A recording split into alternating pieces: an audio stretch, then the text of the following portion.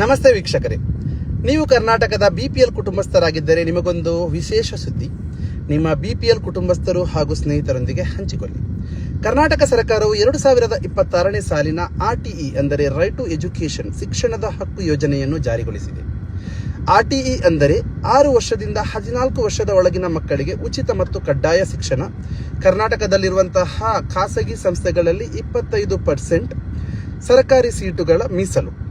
So ಇಂದಿನಿಂದ ಅಂದರೆ February 24, 2026ರಿಂದ March 23, 2026 ಒಳಗೆ ನೀವು ಅರ್ಜಿ ಹಾಕಬಹುದು.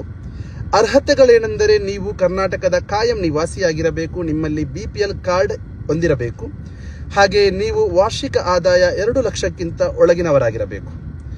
ಹಿಂದೆ ನಿಮ್ಮ ಊರಲ್ಲಿರುವಂತಹ ಸೈಬರ್ ಸೆಂಟರ್ಗಳಿಗೆ ತೆರಳಿ ನಿಮ್ಮ ಆಧಾರ್ ಕಾರ್ಡ್, ನಿಮ್ಮ ವಿದ್ಯಾರ್ಥಿಯ ಪಾಸ್ಪೋರ್ಟ್ ಸೈಜ್ ಫೋಟೋ, ಜಾತಿ ಆದಾಯ ಪ್ರಮಾಣ ಪತ್ರ, ವಾಸ್ತವ್ಯ ದೃಢೀಕರಣ ಪತ್ರವನ್ನು ಪಡೆದುಕೊಂಡು ಅರ್ಜಿ ಹಾಕಬಹುದು. ಮಾರ್ಚ್ 27ರಂದು ಲಾಟರಿ ಮುಖಾಂತರ ಸೀಟ್ ಹಂಚಿಕೆಯನ್ನು ಪೂರ್ಣಗೊಳಿಸಲಾಗುವುದು. ಈ ಮಾಹಿತಿ ಇಷ್ಟವಾಗಿದ್ದಲ್ಲಿ ಆದಷ್ಟು ನಿಮ್ಮ ಕುಟುಂಬಸ್ಥರು ಮತ್ತು ಸ್ನೇಹಿತರೊಂದಿಗೆ ಹಂಚಿಕೊಳ್ಳಿ.